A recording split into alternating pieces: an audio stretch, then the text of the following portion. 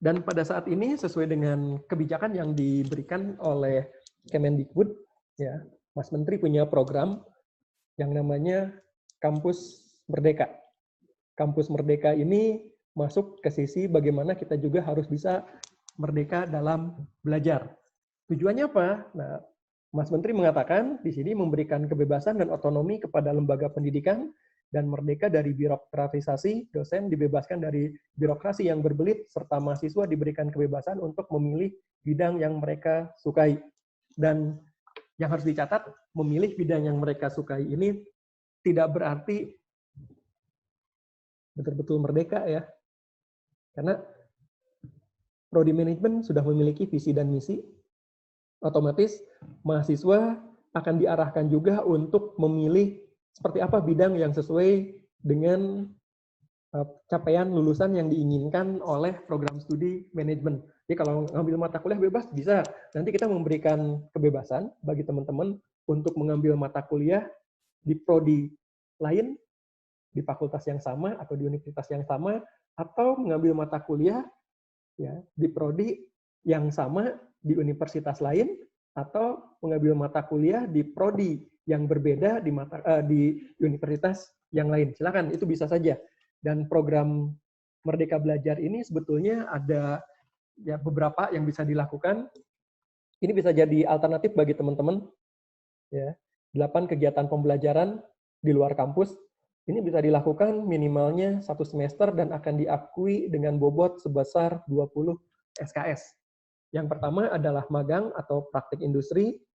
Untuk magang dan praktik industri, senior-senior kalian juga sudah ada mulai yang magang industri, kemudian industrinya juga besar ya, karena kerjasamanya dengan BUMN. Kalau nanti berminat, silakan untuk magang. Kemudian ada proyek di desa ini juga dilakukan, ya nanti seperti apa kegiatan yang bisa dilakukan. Kemudian ada pertukaran pelajar kita punya beberapa program, ya ada yang Permata, ya kemudian ada juga yang dengan APSMBI, kemudian ada yang sifatnya penelitian atau riset. Risetnya di sini harus riset yang besar dan biasanya disertai dengan magang di lembaga penelitian. Ada program wirausaha, ada studi atau proyek independen, ada proyek kemanusiaan dan mengajar di sekolah. Dan ini baru bisa dilakukan, beberapa sedang kita siapkan. Kemungkinan ya mudah-mudahan di tahun depan kita sudah bisa mulai melakukan kurikulum baru ini, menerapkan kurikulum baru ini. Dan yang perlu teman-teman ketahui bahwa 8 kegiatan pembelajaran di luar kampus ini seluruhnya harus berada di bawah bimbingan dosen. Jadi tidak serta-merta misalkan kayak wirausaha sambil bisnis segala macam tapi tidak ada proses pembimbingannya. Tidak seperti itu. Dan sekarang kita lihat, ini adalah proses untuk melakukan perwalian dan registrasi. Pertama yang harus dilakukan oleh mahasiswa adalah membayar UKT dulu. Pembayaran UKT digunakan agar mahasiswa bisa akses ke dalam SIMAK, terutama untuk mengakses kartu rencana studi. Ini juga jadi pembeda. Pada saat sekolah, SD, SMP, SMA, tidak ada yang namanya kartu rencana studi karena setiap siswa itu harus mengikuti kurikulum yang ada plek mata kuliahnya. Sementara pada saat kuliah, teman-teman bisa mengambil jalur yang berbeda. Berbedanya apa? Di program studi manajemen nanti kita mengenal ada mata kuliah pilihan. Jadi teman-teman tinggal pilih mata kuliah mana yang mau diambil. Kemudian kita juga menyediakan 4 peminatan. Manajemen, pemasaran, manajemen sumber daya manusia, manajemen operasional, dan manajemen keuangan. Ada 4 peminatan. 4 peminatan ini otomatis juga akan membedakan mata kuliah yang diambil. Sehingga di awal semester, mahasiswa diharuskan membuat dulu perencanaan apa mata kuliah yang akan ditempuh. Ini perbedaannya. Makanya dibutuhkan nanti seorang pembimbing akademik, ya, penasehat akademik, yaitu dosen wali. Lakukanlah proses perwalian, pembimbingan dengan dosen wali, baru nanti melakukan proses pengisian KRS secara online melalui sistem informasi akademik Universitas Siliwangi. dosen wali akan melakukan proses validasi KRS secara online, kemudian mahasiswa bisa mencetak KRS-nya, dan setelah proses ini selesai, otomatis teman-teman akan terdaftar di DHMD, daftar hadir mahasiswa dan dosen. Jadi untuk mengecek apakah teman-teman masuk di satu kelas atau tidak, lihat di DHMD-nya. Dan ini juga yang membedakan bahwa di kita tidak ada yang namanya kelas secara fix. Di tiap mata kuliah, bisa jadi teman satu kelasnya berbeda. Kenapa? Pada saat kita melakukan proses pengisian KRS secara online, teman-teman akan memilih jadwal sendiri. Misalnya, untuk pengantar akuntansi 1 akan disediakan 5 jadwal. Pilih jadwal kuliah yang menurut teman-teman enak buat teman-teman. Ya. Sehingga bisa jadi semester 1, teman satu kelasnya itu beda di setiap mata kuliah. Bisa jadi di akuntansi dengan siapa, di matematik dengan siapa, itu bisa berbeda-beda, tergantung nanti bagaimana teman-teman melakukan proses pemilihan kelas mata kuliahnya. Ada proses untuk melakukan perbaikan kartu rencana studi, kita namakan dengan KPRS, ya, Kartu Perubahan Rencana Studi. Ini biasanya didapatkan, diberi waktu 2 minggu dari tanggal terakhir perwalian. Jadi kalau ada kesalahan, apabila ada salah mengontrak mata kuliah, masih diberikan kesempatan untuk memperbaikinya. Nanti untuk teknis lebih lanjut, bisa menghubungi dengan dosen walinya masing-masing. Ya. Ini tampilan simak Unsil untuk loginnya, kode login dengan password, itu masing-masing sudah punya sebagai mahasiswa baru. Dan untuk informasi lebih lanjut, teman-teman bisa menghubungi Information Center of Management, ya, ICMAN Unsil. Ya. Ini sebuah information center yang sengaja kita sediakan untuk kepentingan akademik teman-teman. Mereka punya beberapa program juga.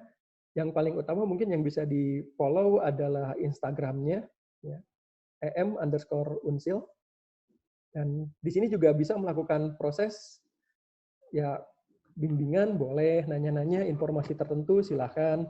Dan biasanya juga informasi yang kegiatan-kegiatan yang dilakukan oleh para dosen atau kegiatan apapun juga muncul di sini.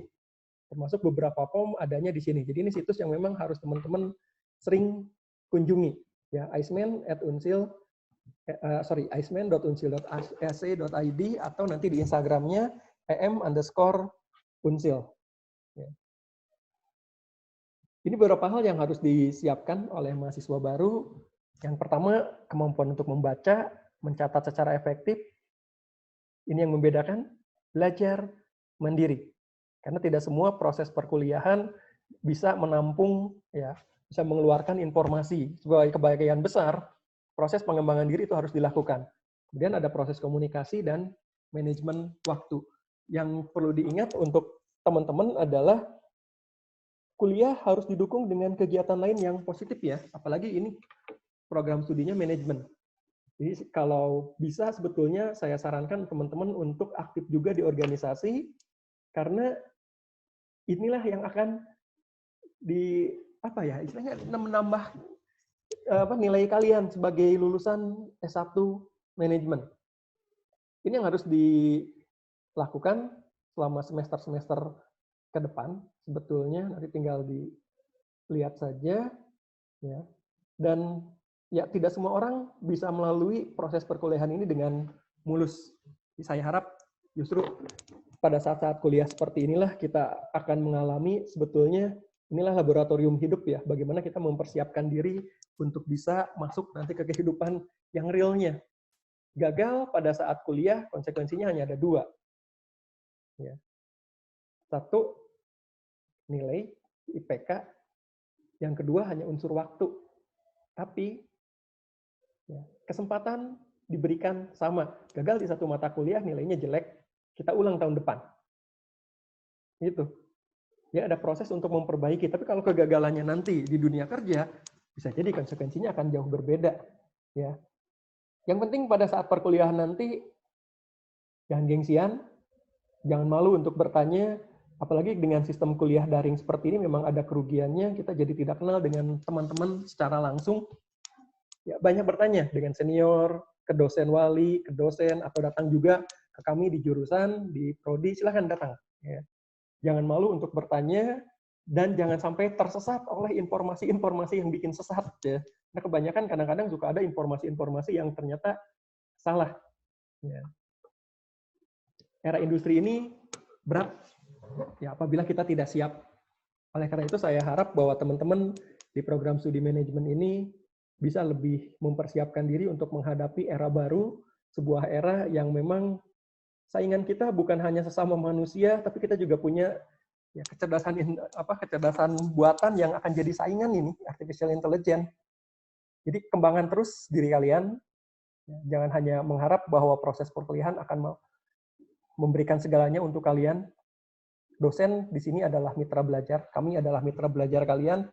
Proses pengembangan diri tetap akan tergantung pada bagaimana mahasiswa berproses, bagaimana mahasiswa berusaha sendiri, ya menambah sendiri nilai tambah apa yang bisa didapat sehingga nanti ketika lulus dia menjadi sarjana manajemen yang memang kompeten, berkualitas tinggi. Dan saya harap proses perkuliahan kalian di program studi S1 manajemen ini bisa berjalan dengan lancar. Ya, tunjukkan yang terbaik. Perlu kalian ingat bahwa kalian datang ke sini tidak hanya membawa mimpi diri kalian sendiri, tapi kalian juga membawa mimpi orang tua kalian untuk sukses. Ya, bikin bangga orang tua kalian, bikin bangga keluarga kalian, bikin bangga diri kalian sendiri. Capai prestasi-prestasi terbaik kalian di program studi manajemen ini. Tidak hanya prestasi akademik, saya harap juga ada prestasi-prestasi lain yang bisa mendukung ya, kesuksesan kalian nantinya. Mudah-mudahan kalian bisa berprestasi, kalian bisa memberikan ya, tambahan, kalian bisa memberikan pengayaan terhadap diri kalian sendiri, terutama, dan bisa juga ada sumbangsih kalian untuk pengembangan di program studi ini. Ya, terima kasih atas perhatian kalian. Sekali lagi, sukses, mudah-mudahan bisa diperoleh. Selamat berkuliah, ya, selamat mengikuti program perkuliahan di program S1 Manajemen. Mohon maaf apabila ada kesalahan. Assalamualaikum warahmatullahi wabarakatuh.